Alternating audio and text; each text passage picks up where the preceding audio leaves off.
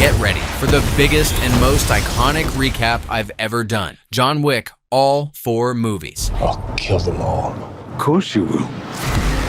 Get your favorite snacks and drinks ready. We're starting. John Wick's world shatters as he crashes his car into a wall. The impact is brutal, leaving him bloodied and barely able to move. He stumbles out of the wreckage, pressing a hand against a deep wound in his stomach. He pulls out his phone and watches a video of his late wife, Helen, standing on a beach, smiling. The memory of her warmth cutting deeper than any wound. His strength gives out, and he collapses to the ground. A few days earlier, John wakes up to an overcast sky, the weight of grief pressing down on him. His mind drifts back to Helen, to the life they shared. He remembers their quiet dinners, the laughter, and the heartbreaking moment when she collapsed into his arms. The memories replay like ghosts, standing by her bedside in the hospital, kissing her forehead one last time, clutching the necklace she always wore. She had fought bravely, but in the end, the illness took her away. Determined to honor her, John jumps into his car and drives to her funeral. The service is solemn. People come, pay their respects, and leave. But John remains, standing motionless before her grave,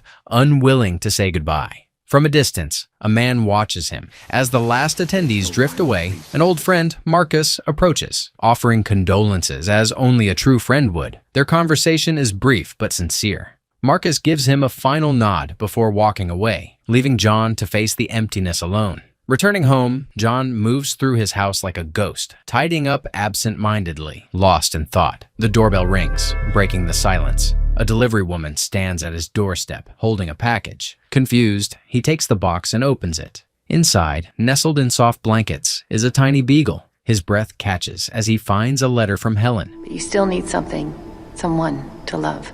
She writes that she had accepted her fate long before he did. She doesn't want him to grieve forever. She wants him to find love and happiness again, and she's sending him a small companion to help him start. The moment he reads her words, the walls he's built around his emotions crumble. Tears well up as he gently lifts the puppy from the box. He notices the delicate floral collar and realizes Helen must have named her Daisy. That night, the puppy sleeps soundly in her bed. But in the morning, she climbs onto John's, nudging him awake. She follows him everywhere, her tiny paws tapping against the floor. At breakfast, he pours himself a bowl of cornflakes, and one for her too, improvising until he can get proper dog food. Later, he takes her out for a drive in his 1969 Ford Mustang Mach 1, the roar of the engine cutting through the stillness of his grief. Stopping at a gas station, John catches the attention of Yosef Tarasov and his 2 companions. Yosef's eyes widen with admiration at the Mustang, immediately asking if it's for sale.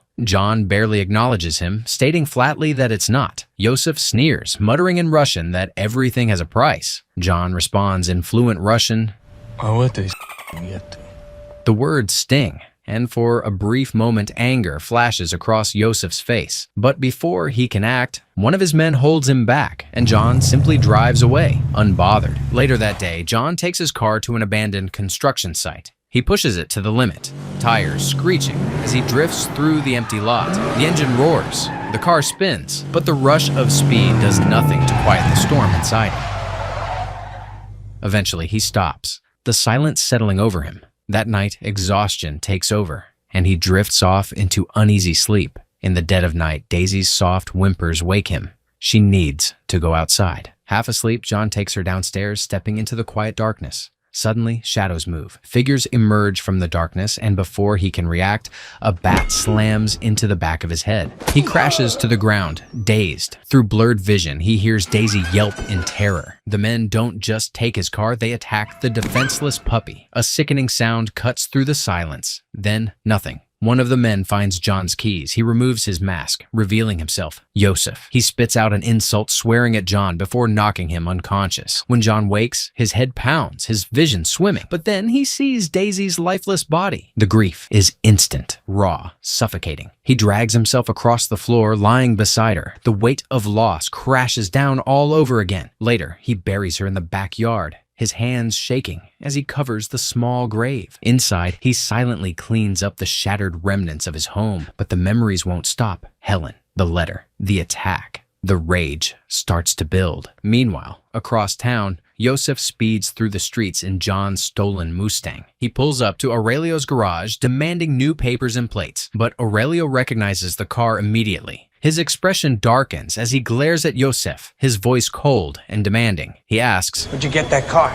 Yosef, grinning with arrogance, brags about stealing the car as if it's just another prize. Aurelio's expression darkens, and without hesitation, he orders Yosef to leave the shop immediately. But Yosef, full of himself, refuses, claiming that Aurelio works for his family and should show some respect. That's the last straw. Aurelio shuts him up with a hard punch, making it clear that he doesn't take orders from some spoiled brat, even if he is the son of a powerful man. One of Yosef's henchmen instinctively reaches for his gun, but the other stops him before things get out of hand. Yosef, humiliated and seething, throws out an empty threat, saying he'll take his business elsewhere. But the damage is done. Later that night, John arrives at the shop, already knowing the answer, but needing to hear it himself. Aurelio confirms that the Mustang was there and drops the real bombshell. Yosef is Vigo Tarasov's son.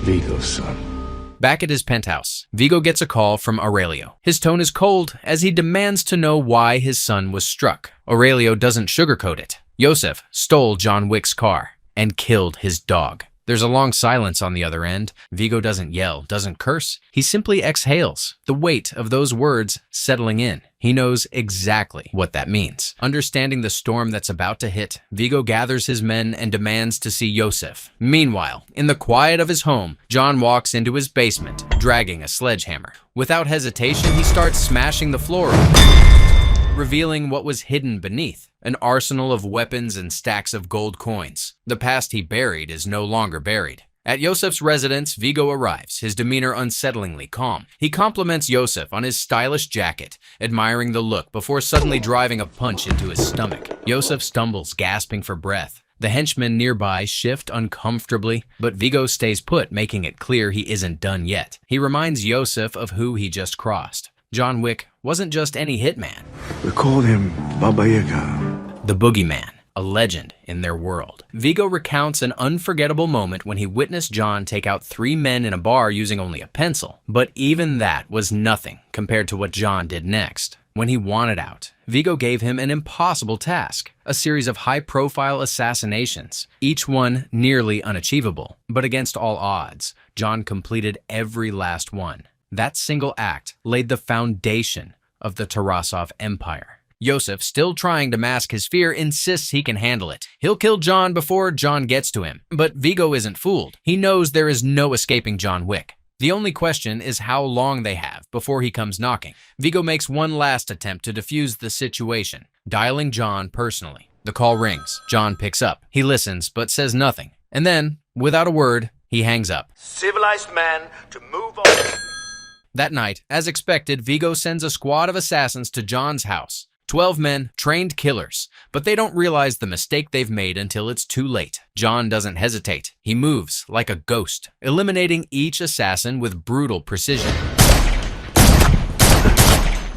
The house turns into a battlefield as he takes them down one by one, moving through the shadows, striking with terrifying efficiency. A few manage to put up a fight, but it doesn't matter. John Wick is unstoppable. Every bullet finds its mark. Every strike is lethal. The last man barely has time to react before John ends him with a final brutal shot. Moments later, a knock echoes at the door. John grips his weapon, still breathing hard from the fight. He opens the door to find a familiar face. A police officer. The officer glances past John, spotting a lifeless body inside. Casually, he mentions that there was a noise complaint. John meets his gaze, unfazed, and simply says he's just cleaning up. The officer nods knowingly, then steps away without another word. With the fight over, John calls for a cleanup crew, an underworld service designed for situations like this. They arrive swiftly, moving like professionals, clearing the bodies and wiping away the mess. It's clear from their expressions, this won't be the last time they'll be helping him. Meanwhile, Vigo, now fully aware of the storm coming, seeks out Marcus, an old acquaintance of John's. He offers him a $2 million contract to take John out. Would you kill John Wick for $2 million? Knowing full well that John trusts Marcus, but he doesn't stop there. He also orders his assistant Avi to spread the word, letting the underground know that John Wick is now a target. Marcus accepts the contract without hesitation. John, aware that more assassins will come for him, makes his next move. He heads to the Continental Hotel, a luxurious yet exclusive establishment that serves only the criminal underworld. The Continental has only one rule: no bloodshed on its premises. As he checks in, familiar faces fill the lobby. Among them, he spots Perkins, a fellow assassin. He greets her briefly before booking his room, paying with the currency that only their kind use. Soon, he is introduced to Winston, the hotel's refined yet commanding manager. Without wasting time, John gets straight to the point. He wants to know where Yosef is. Winston, never one to get directly involved, provides the information. Yosef can be found at the Red Circle nightclub. John now has his next destination. John wastes no time and heads straight to the club where Yosef and his friends are enjoying themselves. As he moves through the entrance, he crosses paths with an old acquaintance, a fellow security guard. Without hostility, John simply suggests that he take the night off. Understanding exactly what this means, the man nods and steps aside, choosing not to interfere. Inside the club, Yosef lounges in the bathhouse, surrounded by luxury and false security. The atmosphere is loud and carefree, but that changes in an instant. On the lower level, John appears like a shadow, swiftly eliminating one of Yosef's associates. The sound of gunfire snaps Yosef into a panic. He barely catches a glimpse of John before realizing exactly what's happening.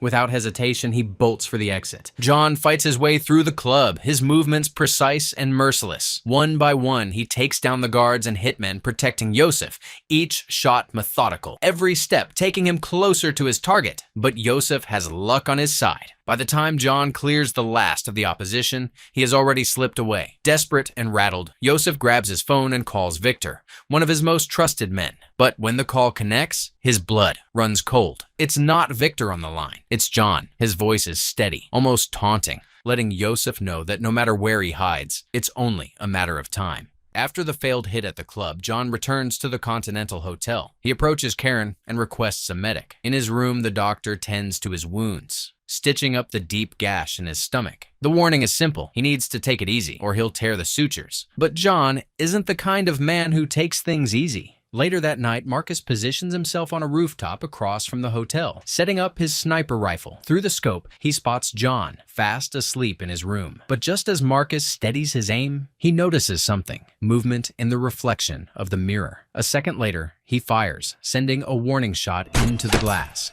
John jolts awake just as Perkins opens fire. She moves fast, unloading her gun at him, but he narrowly dodges the shots, rolling out of bed.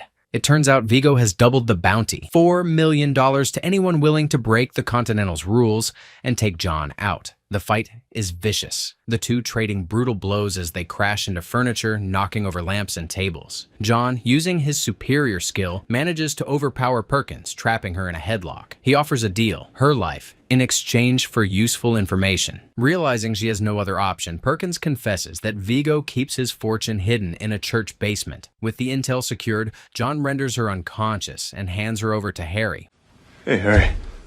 one of his allies, paying him with a gold coin for his trouble. But Perkins is far from helpless. While Harry assumes she's restrained, she discreetly dislocates her thumb, slipping free from her restraints. She strikes quickly, catching him off guard. Before he can react, she shoves a pillow over his head and fires, eliminating him before disappearing into the night. Meanwhile, John arrives at Vigo's secret vault beneath a chapel. Without hesitation, he pulls out his gun and shoots the priest, clearing his path. The remaining guards react, but they are no match for him. One by one, they fall. The surviving priest, trembling, is forced to lead John to the vault and unlock it. Inside, stacks of cash, documents, and black market valuables fill the room. John dismisses the women present, sparing them before setting fire to everything. Moments later, Vigo and his top men rush into the burning chapel, staring in horror as flames consume his empire. But the moment is short-lived. John is already watching from above, positioned on a nearby rooftop. A gunfight erupts as John opens fire, taking down Vigo's men with deadly accuracy. Vigo's crew fights back hard. One of them jumps into an SUV, trying to run John down. As John reloads and takes out another attacker, the SUV slams into him, sending him crashing to the ground. Dazed and wounded, he tries to push himself up, but Vigo and his men take advantage, seizing him. When John regains consciousness, he finds himself restrained. Vigo, standing over him, questions why he's willing to go this far. All of this over a car and a dog? John's response is unwavering. Yosef didn't just steal a car, he stole the last gift his wife ever gave him. It wasn't about revenge, it was about taking away the one thing that kept him from falling back into darkness. He makes his stance clear. Vigo can hand over his son, or he can die alongside him. Vigo, however, chooses a different path. Instead of listening, he orders his men to finish the job, but before they can make a move, a single sniper round pierces the silence. Marcus has fired from the rooftop, eliminating one of the hitmen. The distraction is all John needs. In seconds, he turns the fight around, taking down the remaining guards. John stumbles out into the street just as Vigo's getaway vehicle pulls up. Without hesitation, he shoots the driver, forcing the car to a stop. Now defenseless, Vigo has no choice but to reveal Yosef's location. It's kept in a safe house, Brooklyn. Hidden in a Brooklyn safe house, John, satisfied with the answer, chooses to let Vigo live. At the safe house, Yosef lounges inside a dimly lit room, playing video games with one of his mercenaries, completely unaware of what's coming. Outside, teams of snipers and guards secure the perimeter, checking in over their radios. But one voice among them isn't one of theirs. John has already infiltrated the area. He silences one of the guards and takes his sniper rifle. Without hesitation, he begins firing, taking them out one by one with brutal precision. Yosef takes off in a panic, but before he can make it far, his getaway vehicles explode into flames. With no other option, he runs for his life. But John is relentless. He catches up in seconds, shooting Yosef in the stomach, then finishing him with a clean shot to the head. No hesitation, no mercy. With his vengeance satisfied, John acknowledges Marcus, grateful for his help. But their moment of victory doesn't last long. Perkins has been watching. She reports what she saw to Vigo, who wastes no time responding. He orders his men to trap Marcus inside his home. The scene cuts to Vigo making a call to John. His voice is calm but laced with malice as he explains that Marcus has been punished for failing his job. At that moment, Marcus fights back, taking out several of Vigo's men in a last stand. But he's outnumbered. Before he can escape, Perkins delivers the fatal shot. Vigo prepares to flee the city by helicopter, but his night isn't over yet. His plan is to lure John into a trap at Marcus's house, where Perkins will be waiting. But before she can carry out the ambush, she's summoned by Winston, the Continental's owner. At their meeting, Winston makes it clear she broke the rules, and now she must face the consequences. Her membership is revoked, along with her life. When John finds Marcus's lifeless body, his mission changes. This isn't just about revenge anymore. It's about erasing Vigo and everything he stands for. Fueled by pure rage, he speeds through the city, eventually spotting Vigo and his men heading for their helicopter. Without hesitation, he rams his car straight into their convoy. Vigo, realizing John won't stop, orders Avi to take him out. But before they can react, John slams his car into an SUV, sending it off course. They engage in a high-speed battle, colliding like battering rams. With precise maneuvering, John forces Vigo's vehicle into a pole. The Russians pour out, opening fire, but John uses his car as both a shield and a weapon. Moving with lethal precision, he guns them down one by one. Avi steps out, ready to retaliate, but he's dropped instantly. Vigo, now alone, makes a desperate move, ramming his SUV into John's car. The force sends John's vehicle over the edge, but he jumps out just in time. With both cars out of commission, the two men finally face each other. No more guns. This ends in a fight. The rain pours as they clash in brutal hand-to-hand combat. Vigo fights hard, but John is stronger, faster, and deadlier. The match is evenly brutal until Vigo pulls a knife. But John, always thinking ahead, uses the blade against him, allowing it to stab him before twisting it to break Vigo's arm. With Vigo crippled, John drives the knife deep into his shoulder. For a moment, they sit there, rain pounding around them. Vigo stares in disbelief. John did all of this for a dog, but John doesn't respond. He walks away, leaving Vigo to die alone. The scene returns to where it all began. John, bleeding out, barely holding on. He watches Helen's video again, the image of her smile giving him the strength to move. He pushes forward, stumbling into a dog shelter. After treating his wound, he notices a pit bull. Instead of leaving alone, he takes the dog with him. A few weeks later, John is back in action. His new mission? Retrieving his stolen Mustang from Abram Tarasov. The chase is already underway. John pursues a motorcyclist, forcing him to crash before retrieving a keycard. The card grants him entry to Abram's hideout. Unlike his late brother, Abram isn't waiting to fight. He's already packing up, ready to flee. One of his overconfident henchmen, however, doesn't take the situation seriously. He mocks the idea that they're abandoning everything over a mere car, but Abram shuts him down, reminding him that this isn't just any car. It is John Wick's car. With cold certainty, Abram spells it out. John Wick is a man of focus, dedication, and sheer willpower. This is the man who single-handedly destroyed his nephew, his brother, and their entire operation, all over a car and a dog. He doesn't stop there. He reminds them of a story. John once killed 3 men with nothing but a pencil. The weight of those words settles over the room. John Wick is coming. John tracks down the location of his beloved Ford Mustang and speeds toward Abram's hideout. But Tarasov's men are already on his tail. Before he can react, his car is struck hard, sending it skidding.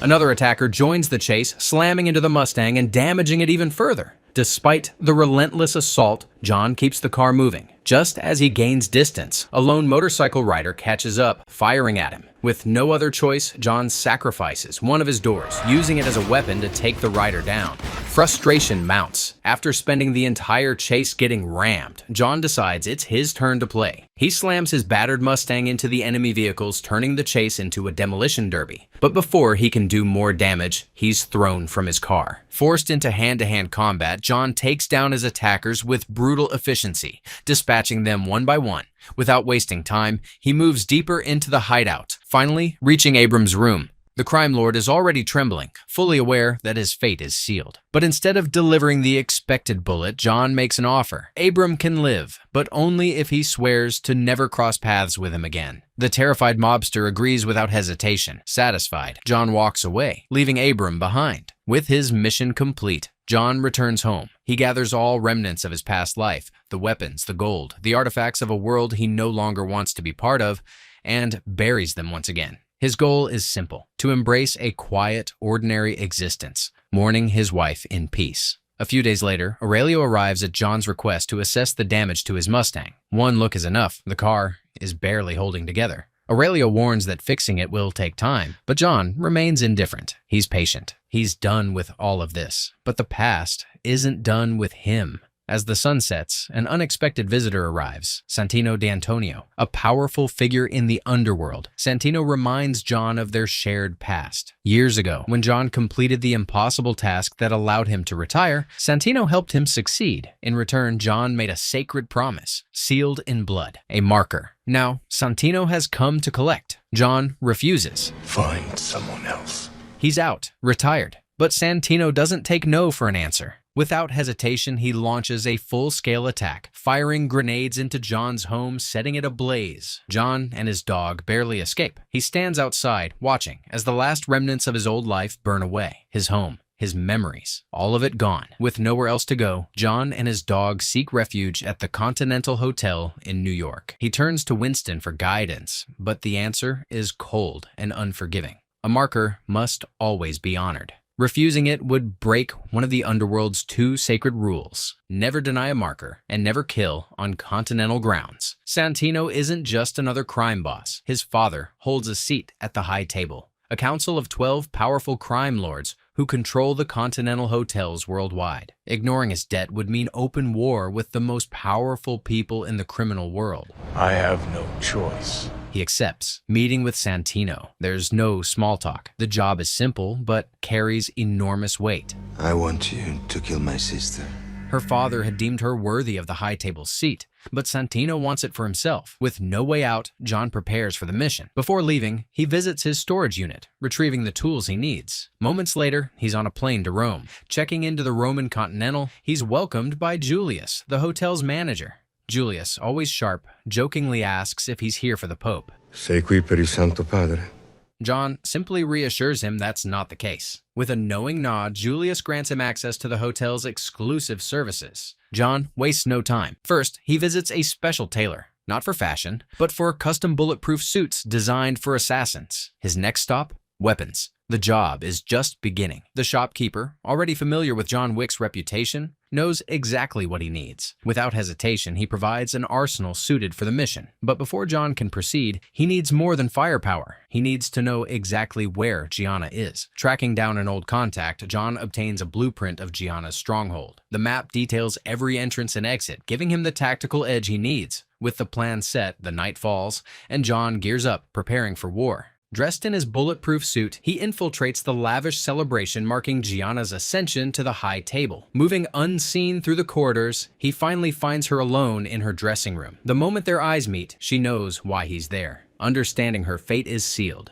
Gianna refuses to let John take her life. Instead, she chooses to meet her end on her own terms. John watches in silence as she takes her final breath, but to ensure his mission is complete, he fires a single shot to the head, sealing the marker. With the job done, John makes his way out, but he's not unseen. Cassian, Gianna's personal bodyguard, spots him in the crowd and instantly understands what has happened. His gaze sharpens, and in seconds, bullets start flying. John moves fast, weaving through the chaos of a concert, dodging fire as he returns shots with lethal precision. The crowd panics, screams rising over the pounding music. John eliminates his attackers one by one, fighting his way out of the venue. As soon as he escapes the concert hall, more enemies close in. He doesn't slow down. 6 men fall before he changes course, slipping into the underground catacombs. In the twisting tunnels, another threat emerges. Ares, Santino's personal enforcer. And then, the double cross. An ambush is waiting, but John isn't an easy target. His armored suit absorbs enough damage for him to push forward, eliminating threats in rapid succession.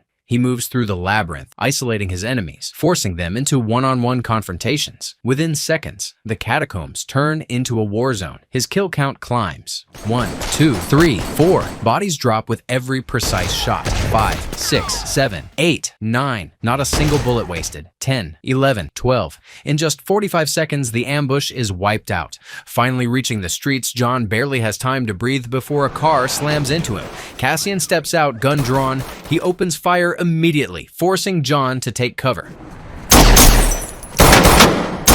The chase doesn't last long before they collide in brutal hand-to-hand combat. Blows land hard, each fighter matching the other in skill and aggression. They grapple, strike, and slam each other into walls as they fight through the streets. But as they struggle for dominance, they crash through the doors of the Continental Hotel.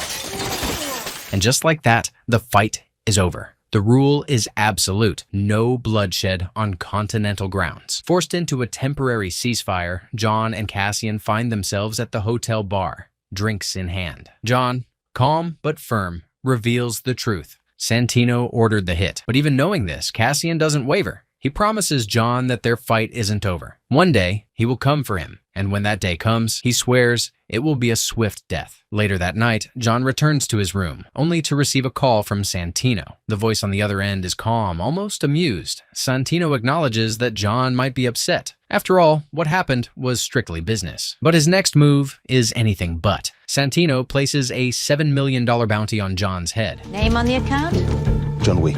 Officially, it's revenge for Gianna's death, but in reality, it's a way to cover his own tracks and eliminate the only threat that could come for him next. As dawn breaks, John prepares to leave the Rome Continental, unaware that the contract has already spread. The bounty is too big to ignore, and now every assassin in the world is watching. Meanwhile, Santino meets with Winston. He demands confirmation that John has fulfilled his obligation. Winston, ever the professional, requests a blood oath, sealing John's completed task. But even Winston knows this is far from over. Santino, arrogant and dismissive, waves off Winston's request for a blood oath, assuming that John won't survive his return to New York. But Winston isn't so sure. He issues a grave warning. Santino has made a fatal mistake. He's betrayed a man who should never be crossed. By stabbing John Wick in the back, he hasn't just angered an assassin, he's forced the devil himself back into the life he tried to leave behind. Meanwhile, John returns to New York City. But his homecoming is anything but quiet. Assassins are everywhere, all eager to claim the $7 million bounty. The city becomes a battlefield as John fights his way through relentless attacks,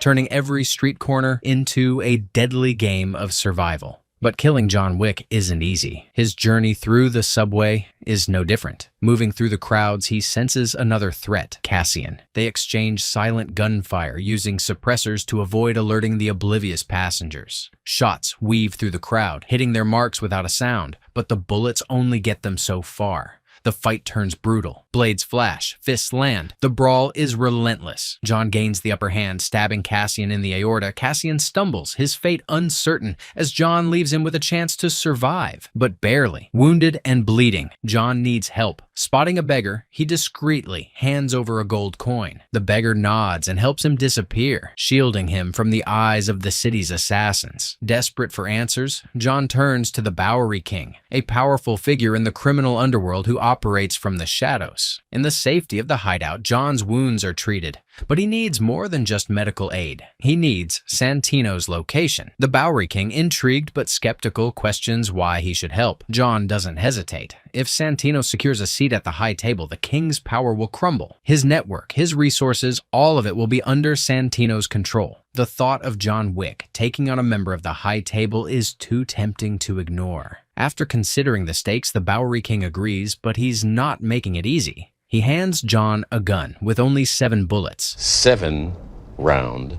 capacity. 1 for each million of the bounty. His target? A gala at an art museum. Armed and relentless, John infiltrates the event. The moment he steps onto the dance floor, the crowd instinctively parts, fear rippling through the guests. Everyone knows exactly who he is. Without hesitation, John fires. 7 bullets. 7 men fall. His gun clicks empty, but he doesn't stop. Snatching a weapon from a fallen guard, he carves through Santino's men, mowing down anyone who gets in his way. The chase takes him deep into the museum, straight into a mirror maze. The reflections distort reality, turning every direction into an illusion. Santino slips through the shifting glass, staying just out of reach. But John keeps moving. He won't stop. Then, another obstacle. Ares arrives, leading a crew of elite guards, but even this doesn't slow John down. One by one, he takes them out, clearing his path. Finally, after cutting through the last of Santino's security, John comes face to face with Ares. John and Ares clash in brutal close-quarters combat, each strike carrying deadly intent. The fight is relentless, both warriors pushing each other to the edge. But John is faster, more precise, and ultimately more ruthless. As the battle reaches its peak, he lands the final blow, leaving Ares lifeless on the ground. Amidst the chaos, Santino vanishes. John tracks him down to the Continental Hotel, where the cowardly crime lord has taken refuge. Upon arrival, he asks Karen for Santino's location. Without hesitation, Karen directs him to the lounge. Inside, Winston steps in, his tone urgent and firm. He reminds John of the Continental's sacred rule: no killing on hotel grounds. Breaking it would come with severe, irreversible consequences. But John has had enough. His home is gone. His life has been torn apart. He was forced back into a world he tried to leave behind, all because of Santino. Without a second thought, John pulls the trigger, executing Santino right there in the lounge. The moment the shot rings out, the underworld is thrown into chaos. John walks out, unbothered, carrying the weight of his actions on his shoulders. He returns to the ruins of his home, seeking comfort in the memories of his wife, Helen. He replays the moments they shared, the warmth, the love, a stark contrast to the violence that now defines his existence. The next day, Karen escorts John to a meeting with Winston in a secluded park. But the moment John arrives, he understands the severity of what he has done. Murdering Santino on continental grounds has sealed his fate. Winston delivers the official decree. John is now excommunicado. The bounty on his head is doubled and extended worldwide. Every resource, every sanctuary he once had in the underworld, gone. But Winston offers one final courtesy. John is granted a 1-hour head start before the hunt begins. As a final gesture, Winston hands him a marker, a token of a debt that can be redeemed for aid in the future. The air grows tense. The entire park falls silent. Pedestrians pause, turning toward John. They don't move. They don't speak. They just watch. And then, just as suddenly, they continue on, as if nothing happened. He vows to kill anyone who comes for him. As he disappears into the streets, Winston gives the order. John Wick is now excommunicado. Phones start ringing across the city. The hunt has begun. John picks up the pace, weaving through the bustling streets of New York, the countdown ticking away. He enters an alley, spotting the TikTok man, one of the Bowery King's spies. The man says nothing, just watches, grinning. With 20 minutes left, John hails a taxi but finds the streets gridlocked. There's no time to waste. Before stepping out, he hands the driver a gold coin, Can you see that he's received by the concierge? entrusting him to deliver his dog safely to the Continental. With no other choice, John continues on foot. He arrives at a library and approaches a specific bookshelf. Pulling out a book, he flips through its pages and reveals a hidden compartment. Inside, gold coins, a marker, and an old photo of Helen. He kisses the picture before slipping everything into his pocket. But he isn't alone. A towering figure looms behind him. Ernest, an assassin ready to claim the bounty. John warns him that his grace period isn't up yet. Ernest doesn't care. The fight erupts, shattering the eerie quiet of the library. The massive assassin overpowers with brute force, but John is faster, deadlier. Using the only weapon within reach, he drives the book into Ernest's jaw, breaking it with a sickening crack. With one final, brutal strike, John finishes him off. The clock is still ticking, and the hunt is just beginning. John's victory doesn't come without a cost. He's left with a stab wound in his shoulder. Excommunicado. In effect, 10 minutes. And with only 5 minutes left before his excommunicado status takes full effect, he makes a desperate visit to a doctor. The doctor, though reluctant, stitches him up but stops abruptly as the grace period expires. The bounty on John's head surges to $14 million, and the world's deadliest assassins are now free to come after him. Forced to finish the stitching himself, John swallows painkillers to keep going. Before leaving, the doctor makes a final request. John must shoot him to make it look like he followed the high table's orders. Without hesitation, John obliges, wounding but sparing him. Barely stepping outside, he's immediately ambushed. A relentless wave of assassins closes in, each eager to claim the bounty. John fights his way into an antique arms shop where he turns the collection of historic weapons into deadly tools. The battle becomes a brutal exchange of gunfire and blades, culminating in a vicious knife fight where he expertly uses the shop's stockpile to take down his enemies. Bloodied but victorious, he steps back onto the streets, only to be pursued by yet another wave of killers. Leading them into a stable, he quickly turns the horses into weapons, using their powerful kicks to eliminate several attackers before mounting one and galloping through the city. His escape is short-lived. 2 motorcyclists speed up beside him, gunning for their chance to take him down. In a breathtaking display of agility and precision, John fights them off while still on horseback, dispatching both riders without missing a step. Word of his survival spreads fast, and in response to his resilience, the bounty on his head increases to $15 million. Seeking refuge, he heads to a hidden theater, where he is immediately frisked and disarmed before being granted access to meet the director. He presents a cross-shaped token, a reminder of their past, pleading for her help. In return, she grants him safe passage to Casablanca, but not before marking his flesh with the same symbol to sever their ties. You can never come home again.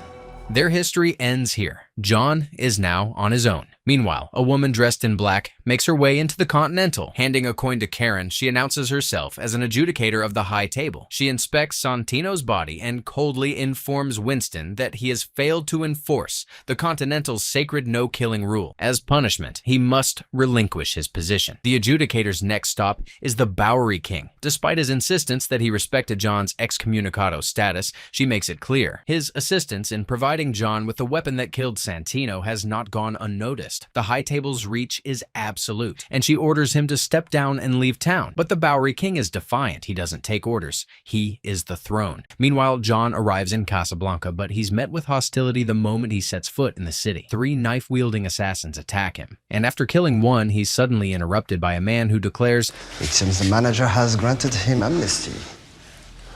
That John has been granted amnesty by the hotel manager. One of the remaining attackers refuses to accept this and moves in for another strike, only to be swiftly shot down by the newcomer. John is escorted to the Casablanca Continental, where he notices photographs of a woman and her daughter. Suddenly, 2 aggressive dogs take up positions beside him, their piercing stares locking onto him like prey. From the shadows, the hotel manager, Sophia, emerges and shoots him. His bulletproof suit absorbs the impact, but Sophia doesn't back down. She tells John she should kill him, but he has one final card to play. Producing a marker, he reminds her of the life debt she owes him for saving her daughter years ago. Sophia, visibly torn, pleads with John not to invoke it, but he is unyielding. The debt must be honored. He insists she take him to her former boss. With obvious reluctance, Sophia agrees. Zero, an assassin of unmatched skill, operates a humble sushi shop when the adjudicator arrives. Without needing an explanation, he recognizes the high table's coin. I wasn't expecting the high table so soon.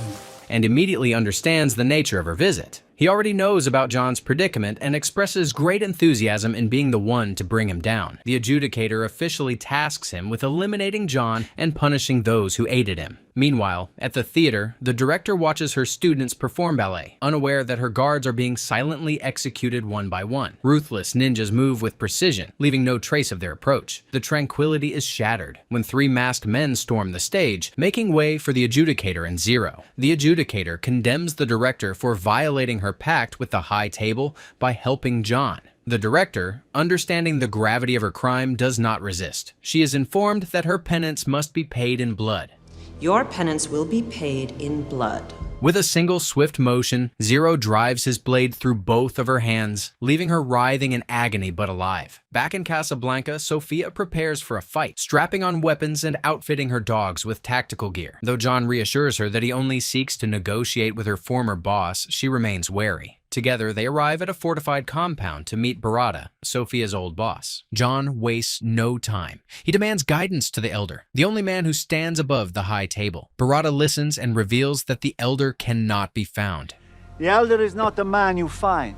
He can only choose to find you. He must choose to reveal himself. He advises John to travel into the desert, follow the stars, and only when on the brink of death might the Elder appear. Before they can leave, Barada demands a tribute, one of Sofia's dogs. She refuses. Without warning, Barada raises his gun and shoots one of them. But to his surprise, the dog's bulletproof vest absorbs the impact, leaving it unharmed. Without hesitation, Sofia retaliates. She shoots Barada, igniting an all-out gunfight. Her dogs leap into action, tearing into the guards as she and John take down Barada's men with ruthless efficiency. Once the last enemy falls, Sofia delivers one more bullet to Barada's leg. With no time to waste, they gun down more guards on their way out, making a swift escape. Their destination, the desert. Deep in the scorching dunes, John and Sofia stop. With a prick of his finger, John signs the marker, officially clearing Sofia's debt. With her duty fulfilled, Sofia prioritizes her dogs, sharing the last of her water with them before taking the final sip herself. She hands the nearly empty bottle to John, warning him that his death is inevitable.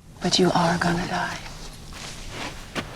Whether here or later. Without another word, she leaves, watching as John walks alone into the vast emptiness. Under the blazing sun and freezing night, he trudges forward, his strength fading. Step by step, he fights against the relentless heat and exhaustion until finally his body gives out, collapsing onto the sand. Back in New York, the Bowery King's stronghold becomes a battlefield. Silent assassins move through the shadows, eliminating his men with brutal precision. One by one, they fall. The fortress is breached. On the rooftop, the adjudicator and Zero find the Bowery King, who remains unshaken despite his impending fate. He mockingly proclaims his willingness to show fealty to the High Table, but the adjudicator coldly informs him that his time for submission has passed. With an air of defiance, the Bowery King releases a lone pigeon, ensuring a final message reaches beyond the city. Before he can do more, Zero strikes. In 7 precise slashes, he cuts into the Bowery King's flesh, one for each of the bullets he had gifted to John Wick. Somewhere deep in the desert, a cloaked figure stumbles upon John's unconscious body. When he awakens, he finds himself inside a lavish tent, surrounded by ornate decorations and rich fabrics.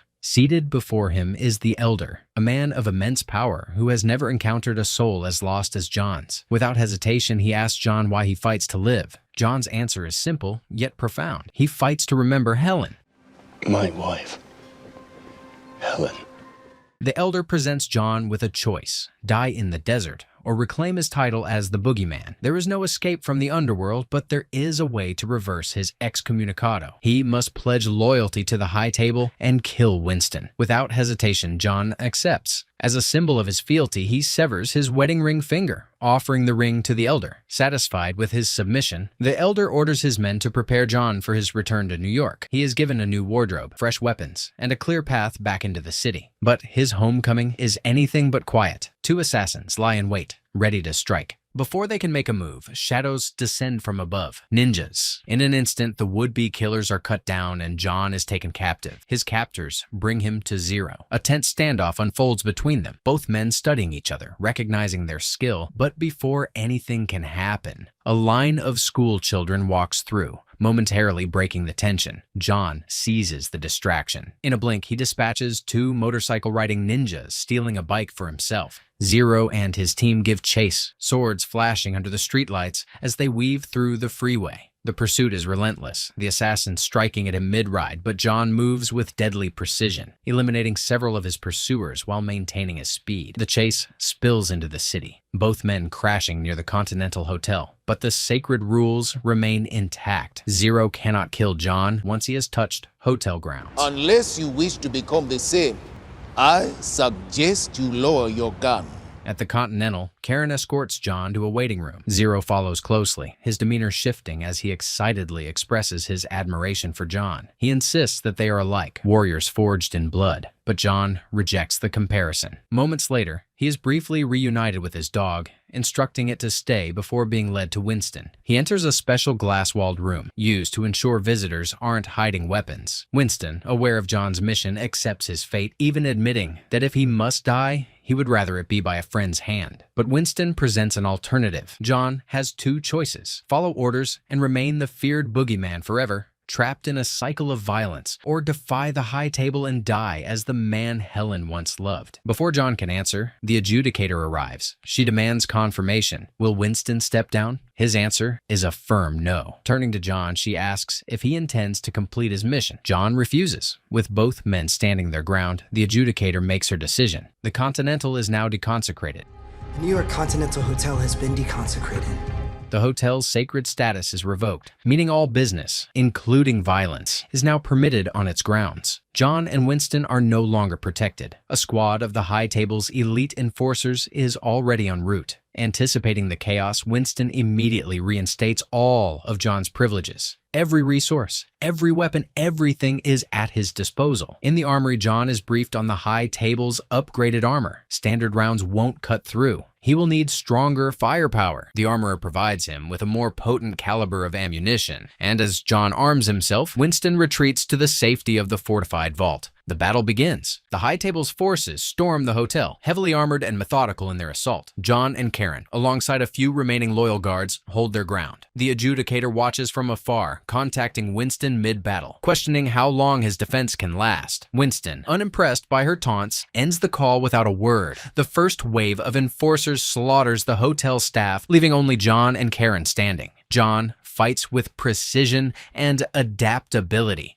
but his bullets barely dent the enemy's armor. Forced to get in close, he discovers a weakness. Aiming under their helmets proves effective. One by one, he begins eliminating his attackers, turning the tide, but the fight is far from over. John and Karen regroup in the armory, where Karen arms him with an armor-piercing shotgun capable of penetrating the high table's upgraded defenses.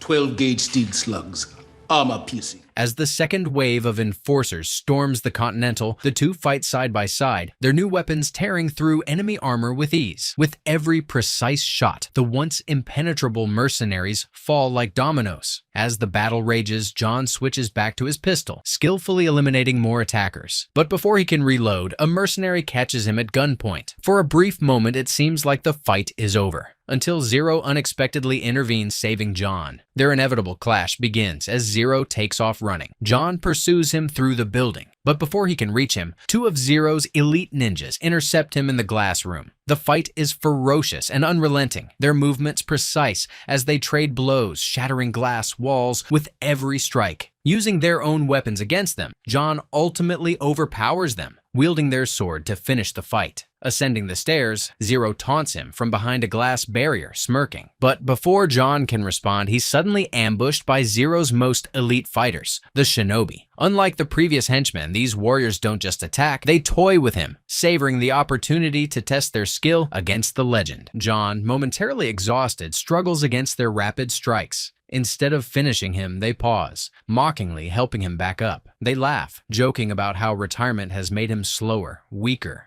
The insult fuels John's resolve. Shaking off his fatigue, he weaponizes his belt, launching into another round of intense combat. As the fight intensifies, John abandons traditional techniques, adapting with sheer brutality. He delivers groin kicks, ear slaps, and an unforgiving slam that sends them crashing through the glass floor. The Shinobi try to rise, but John is the only one who manages to stand. Without looking back, he leaves them behind, moving on to face Zero. Their final duel begins the moment John steps upstairs. Blades clash, sparks fly, and neither man holds back. The fight is long, both warriors pushing their limits. But in the end, John outmaneuvers Zero, using his own disappearing trick against him. In a swift, decisive motion, John drives his sword through Zero's chest. Exhausted, both men collapse onto the floor. With his final breaths, Zero praises the thrill of the fight, convinced he'll catch up to John soon. But John, barely acknowledging him, simply walks away. Zero succumbs to his injuries, collapsing lifeless. Following John's impressive stand, the adjudicator contacts Winston, suggesting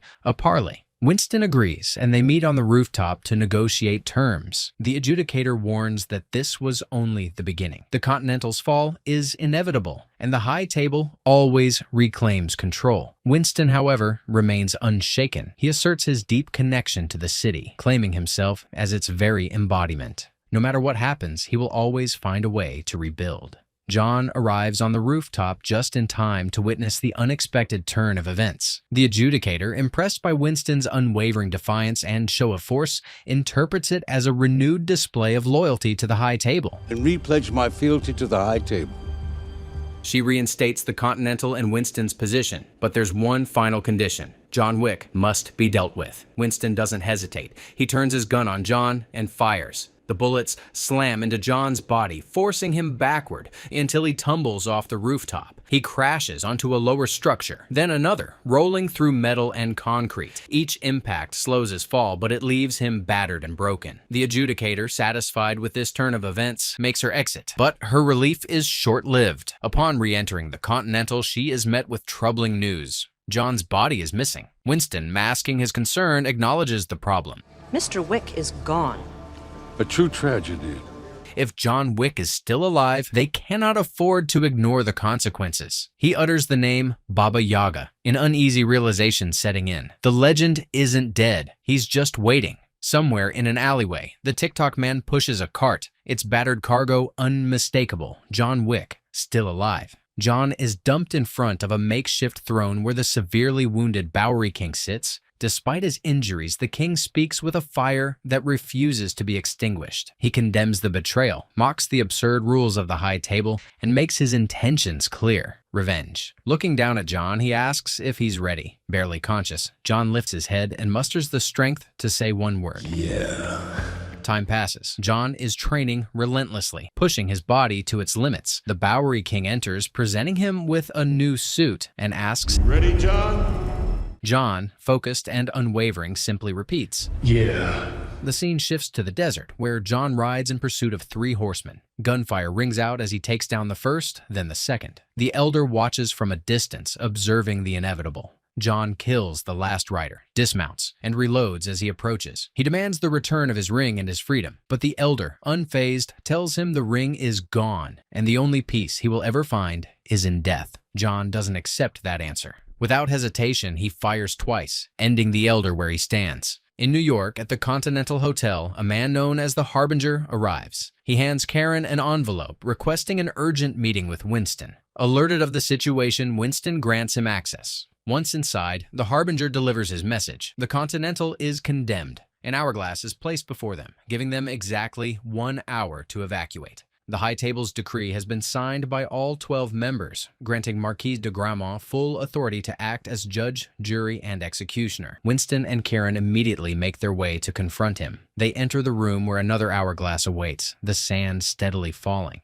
Marquis greets them, amused. Winston states that he shot John Wick, but Marquis laughs. John is still alive, contaminating everything he touches. He declares that the Continental is being expelled from New York, a city too filthy for such a luxury. Karen reminds him that even the High Table must follow the rules, but Marquis remains indifferent. As the final grains of sand drop, a deafening explosion rocks the city. The Continental is obliterated. Winston, now declared excommunicado, barely has time to react before Marquis raises his gun and fires. But instead of Winston, the bullet finds Karen. Collapsing to the floor, Karen takes his final breaths. Looking up at Winston, he manages to say, "It was a good run." Then he is gone. In Paris, a blind man named Kane listens to the soft melody of a young girl playing music in a small square. The moment is peaceful, but it doesn't last. he is summoned. In his meeting with Marquis, the terms of his contract are made painfully clear. Kane has violated his agreement by getting too close to his daughter. Though retired, he is given a choice. Either he takes a life, or his daughter's life is taken instead. A single card is placed before him. One word: Wick. Kane hesitates, but ultimately agrees. In Japan, at the Osaka Continental, a tracker arrives at the reception desk, his loyal dog at his side. Akira, the concierge, allows the dog entry as an emotional support animal before escorting the guest inside. She joins her father, Shimazu, the hotel's manager, and expresses her concern. His connection to John Wick could bring them unforeseen consequences with the high table. But Shimazu remains calm, assuring her they have done nothing wrong. With that, he leaves her and makes his way upstairs. Waiting for him is John Wick. Shimazu warns John that killing the elder was a mistake. He informs him of Karen's death, a loss that John does not take lightly. Shimazu reminds him that the high table will not stop. But John, unfazed, simply refers to Shimazu as a dear friend. Friendship means little when it's convenient. Downstairs, the tracker flips through his notebook, spotting John Wick's name. As he studies it, the high table's concierge enters the hotel. They immediately approach Akira, demanding to see the manager. Keeping her composure, she tells them to make themselves comfortable before rushing upstairs to warn her father. When she arrives, she finds John standing with Shimazu. Shimazu instructs her to stay with John while he deals with the visitors. As he makes his way downstairs, he gives the order. His men are to arm themselves and prepare for battle. Arriving at the lobby, Shimazu greets the high table's envoys. They accuse the hotel of harboring John Wick and demand full access to the premises. Remaining calm, Shimazu agrees, on one condition. No business can be conducted on continental grounds, so they must surrender their weapons. Kane then enters, greeting Shimazu as an old friend. Before they can continue, the high table's concierge cuts them off, coldly announcing that the hotel has been deconsecrated. Business is now permitted. The fight begins. The lights flicker.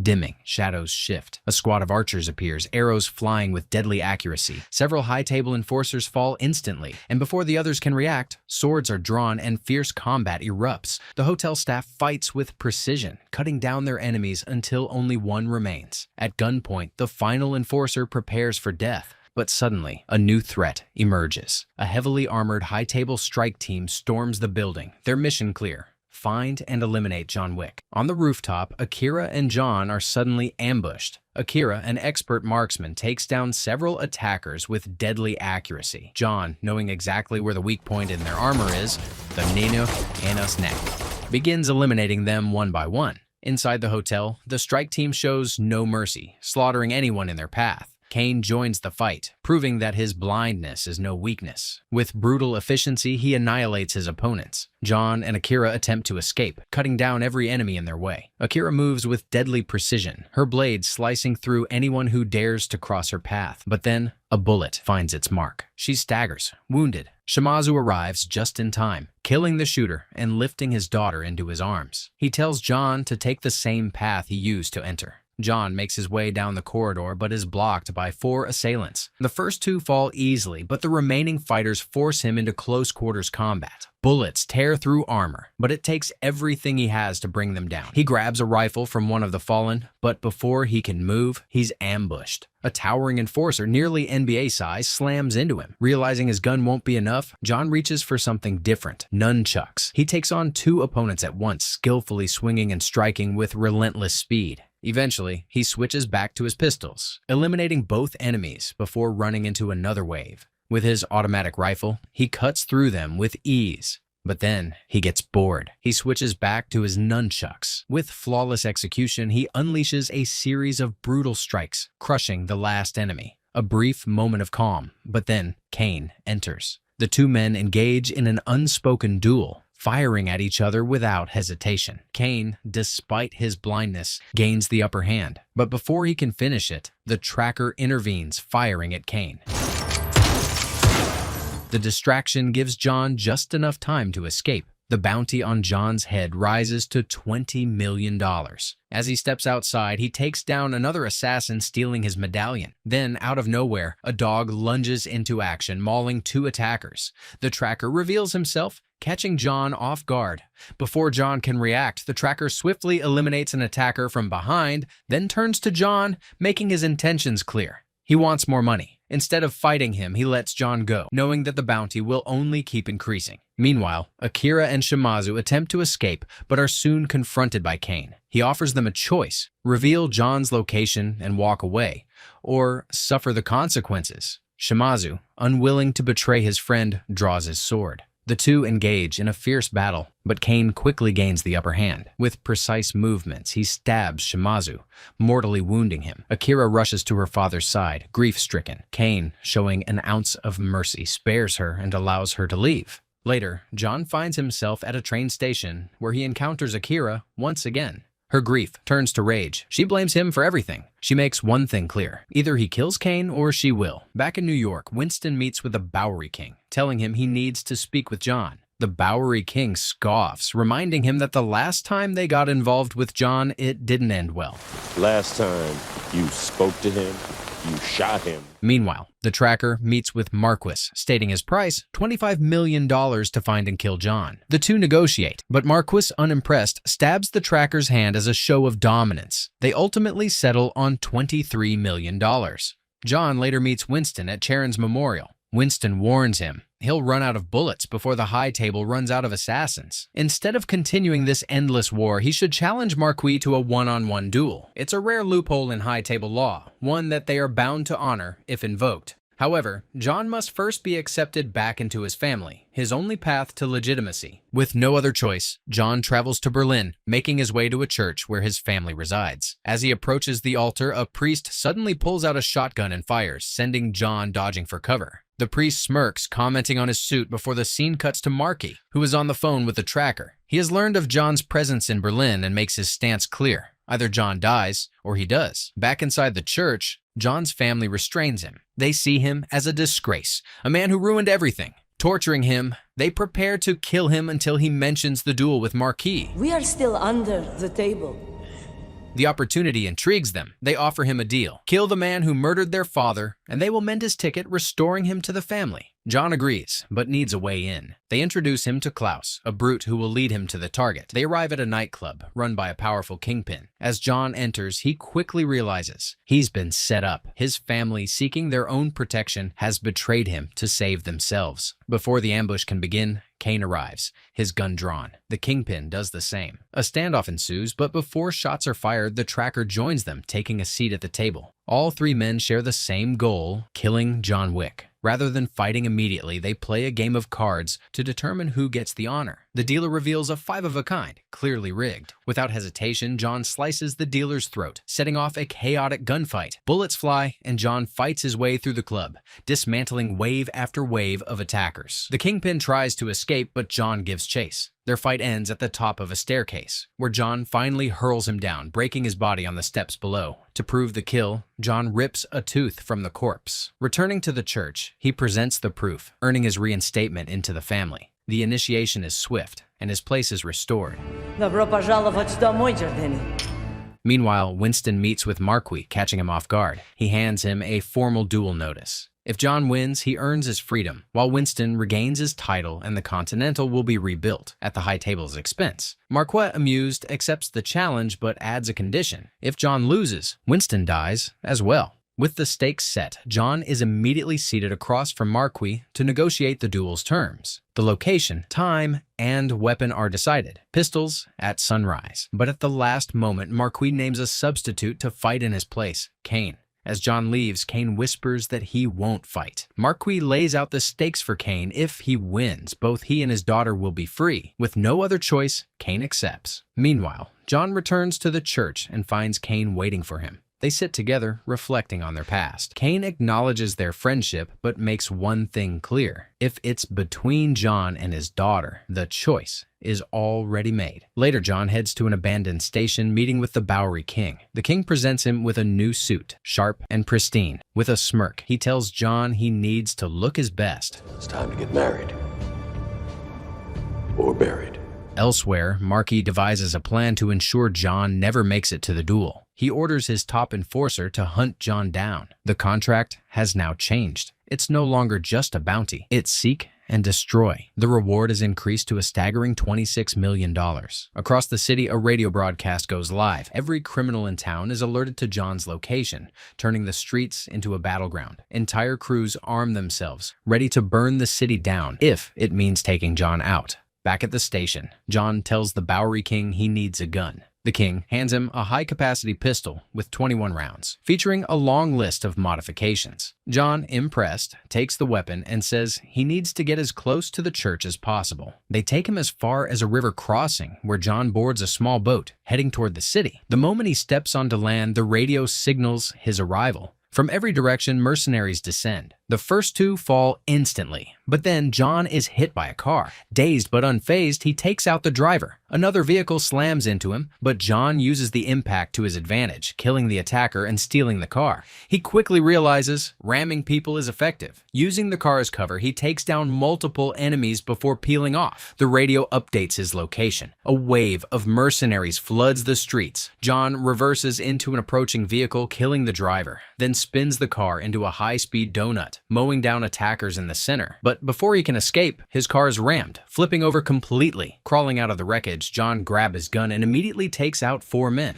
A fifth engages him in hand-to-hand combat, but John overpowers him swiftly. Marquis' right-hand man pursues John, exchanging gunfire between passing cars. They eventually clash in a brutal fistfight, with John thrown onto the street, directly into oncoming traffic. The fight continues until his opponent is hurled onto a moving vehicle. John seizes the moment, grabs his gun, and sprints toward the next wave of attackers. The situation turns chaotic. Gunfire fills the air, bodies drop, cars collide. John dodges bullets and traffic, weaving through the madness. But just as he's about to break free, he's pinned down by relentless fire. The tracker arrives on the scene. Armed to the teeth, he starts eliminating everyone in sight. But he's not helping John. He's just thinning out the competition. He then locks onto John and opens fire. John, dodging bullets, grabs a nearby bike and speeds off. The tracker and his men follow, cornering him. But John pulls off a flawless maneuver, slipping past them and disappearing into a nearby building. Inside, John takes control of the fight. Using the building's layout to his advantage, he systematically picks off his enemies one by one. Within moments, most of the attackers are dead. At that moment, the tracker gets a call from Marquis. Without hesitation, he raises the price,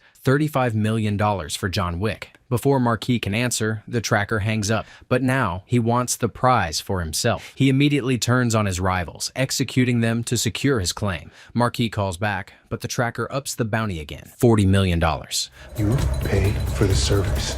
Marquis, furious but desperate, agrees. The radio broadcasts the new bounty, and the city erupts into even greater chaos. Inside the building, John eliminates 2 more enemies using a custom-built rifle. Within seconds, he takes down 10 men with pinpoint accuracy. But the tracker isn't done yet. He starts firing at John, engaging him in a deadly game of cat and mouse. John and the tracker engage in a brutal fistfight, each landing powerful blows until John gains the upper hand and pins him at gunpoint. Meanwhile, Marquis' right-hand man takes aim at the tracker's dog, forcing John into a split-second decision. Instead of saving himself, he shoots to protect the dog. The tracker, taken aback by John's selflessness, immediately recognizes the kind of man he is. John rushes out of the building and checks his watch. Sundown is near. Before he can take another step, his location is broadcast once again. He pauses for a moment, locking eyes with his attackers. Then, without hesitation, he unleashes a relentless barrage of gunfire. Like moving through a deadly game, he fights his way up the stairs, clearing out enemies at every level. He keeps pushing forward, taking down one wave after another until he finally reaches the top. But just as he gets there, he's ambushed and thrown down the first flight of stairs. Blow after blow, he is beaten, kicked, and sent tumbling all the way to the bottom. 3 minutes remain. John lies there, battered, bloodied, and ready to give up.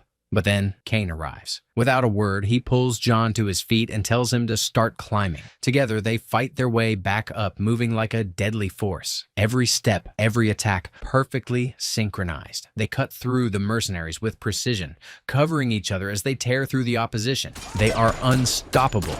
At the top, Marquis' right-hand man confronts John again. This time, John has had enough. He takes him down and pins him to the ground. With his pistol raised, he prepares to end it. Just before he can pull the trigger, the tracker steps in. He looks at John, then at his dog. He makes his decision. He shoots, saving John instead. Kane finishes the fight by stabbing Marquis' man through the hand with a pencil, leaving him helpless. As John and Kane walk away, the tracker turns back to the man who hurt his dog. Without hesitation, he kills him, and as one final insult, his dog pees on the body. John reaches the dueling grounds just in time for sunrise. The tracker finds a seat, watching as the duel is prepared. John and Kane remove their vests. They are handed a pistol each and ordered to take their positions. Kane, knowing what must come next, tells John they will see each other in the next life. See you in the next life, brother. They take 30 paces apart, each receiving a single bullet. Marquis watches, enjoying every second. Kane, tired of hearing him talk, tells him to be quiet. As the sun rises, Winston and John exchange a final moment. Winston, ever the strategist, smirks and tells him to have fun. The Harbinger asks if both men are ready. They nod. The call is given. Fire. John stands his ground as Kane's bullet strikes his shoulder. They step closer, reload, and fire again. John takes another hit, this time in the shoulder, while Kane is wounded in the stomach. They are ordered to move even closer. The weight of the moment is suffocating. Sad music plays as the inevitable end approaches. The Harbinger calls the final shot. John collapses, bleeding heavily. Winston watches, his concern evident. Even the tracker looks unsettled. Marquis, seeing his victory within reach, walks forward and picks up the last bullet. He approaches Kane, taking his gun. Kane, struggling to stay upright, asks if his daughter is free. Marquis confirms. Loading the bullet, Marquis steps toward John, ready to execute him. Before he can fire, Winston interrupts, shaking his head. He calls Marquis arrogant and points out what no one else had realized. John never fired his last shot. Marquis barely has time to process this before John raises his pistol and pulls the trigger. A single, clean headshot. Marquis drops instantly, lifeless. The tracker lets out a laugh. The Harbinger, unfazed, declares John's obligation fulfilled and he is free. Kane and his daughter are free. Winston is reinstated and the Continental will be rebuilt. Their business is concluded. Kane approaches John, calling him brother. John, smirking through his pain, reminds Kane that he now owes him one. John and Winston share a quiet moment. John, struggling to stay upright, asks Winston if he will take him home. Winston, his eyes glassy, nods and assures him that he will. John limps away and takes a seat on the stairs. As the sun casts its golden light, he thinks of Helen. He whispers something only he can hear. Then, slowly, he collapses. Back in New York, at a graveyard, John and Helen's tombstones stand side by side. Winston, the Bowery King, and John's dog stand before them. Winston, grief-stricken, places a hand on the stone and says goodbye to his son. They turn and walk away. The movie ends, but the story isn't quite over. In Paris, Kane walks toward his daughter, holding a bouquet of flowers. A rare smile crosses his face. But before he can reach her, a figure moves through the crowd. Akira steps forward, her expression unreadable. As she gets closer, she pulls out a knife. The screen cuts to black. That's all for this crazy recap. If you're still here, thank you. You're the real hero and true support of my recaps. Take a rest, put in the work a little, and remember, every time you crave some movie, I'm here.